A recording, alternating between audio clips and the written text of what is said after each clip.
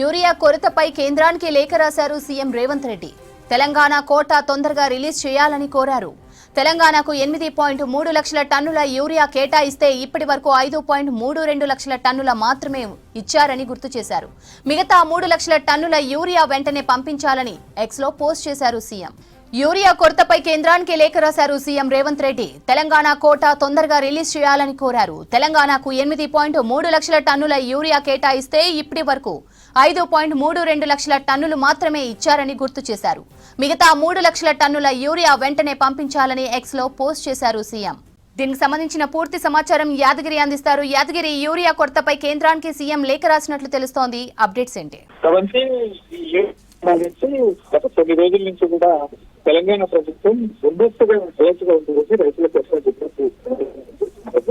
ముందు నుంచి కూడా కేంద్రాన్ని అడుగుతూ ఉన్నది.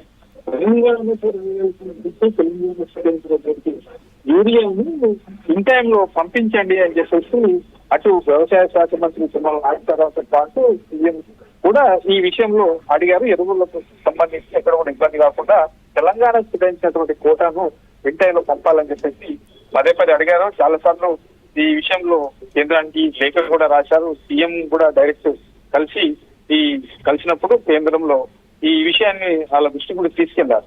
కానీ ఎక్కడ కూడా స్పందించలేదు. కావాలనే తెలంగాణకు సంబంధించినటువంటి అంశాలలో ఈ ఎరువుల విషయంలో ప్రత్యేకంగా యూరియాకు సంబంధించినటువంటి కోట తెలంగాణకు రావాల్సిన దాని విషయంలో కావాలనే కేంద్ర ప్రభుత్వం నిర్లక్ష్యం చేస్తుంది. ఈ క్రియేట్ చేసి ఇబ్బంది పెట్టే ప్రయత్నం చేస్తుంది అని చెప్పేసి సీఎం రేవంత్ రెడ్డి కూడా అంటున్నారు. ఇది కనబడతా ఉన్నది కూడా ఎట్లాంటి సిచ్యువేషన్ కనబడతా ఉన్నది. అయితే వాస్తవానికి ఖరీఫ్కి సంబంధించి మనకు 8.32 లక్షల మెట్రిక్ టన్నులకు సంబంధించినటువంటి యూరియా రావాలి. కానీ ఇప్పటి వరకు కూడా ఆ స్థాయిలో రాలేదు. ఇంకా 3 లక్షల లోతులో ఉన్నది యూరియా. అంటే 3 లక్షల మెట్రిక్ టన్నులు ఇంకా తెలంగాణకు రావాల్సి ఉన్నది. సో ఇప్పటి వరకు కూడా అది పంపలేదు. దీనివల్ల కొంత కొరత ఏర్పడి రైతుల్లో కొంత ఆందోళన నెలకొనే అవకాశం ఉన్నది. కాబట్టి ఈ విషయంలో కేంద్రం స్పందించాలని చెప్పేసి నిన్న చూసాము. మన ఇవాళ కూడా అటు ఢిల్లీలో కూడా ఎంపీలు, తెలంగాణకు సంబంధించినటువంటి కాంగ్రెస్ ఎంపీలు కూడా యూరియా విషయంలో సంబంధిత మంత్రిని కలిశారు. తర్వాత ఆందోళన కూడా చేసినటువంటి సిచ్యువేషన్ నెలకొన్నది. ఇక ఇవాళ సీఎం రేవంత్ రెడ్డి కూడా ఈ ఏదైతే కేంద్ర ప్రభుత్వము ఎరువుల విషయంలో, యూరియా విషయంలో నిర్లక్ష్యం వహిస్తుందో దాన్ని దృష్టిలో పెట్టుకుని ఒక ట్వీట్ కూడా సీఎం రేవంత్ రెడ్డి చేశారు. వాస్తవానికి తెలంగాణకు రావాల్సినటువంటి ఈ యూరియాకు సంబంధించి మనకు ఈ ఏప్రిల్ నుంచి ఆగస్టు వరకు కూడా చూస్తే మనకు ఏప్రిల్లో రావాల్సింది 1.7 లక్షలకు సంబంధించి అయితే కేవలం అందులో మనకు 1.21 వచ్చింది. తర్వాత ఇంకా మేలో చూస్తే మనకు కేవలం 88,000 మెట్రిక్ టన్నులే వచ్చింది. తర్వాత జూన్ లో చూస్తే 98 వచ్చింది.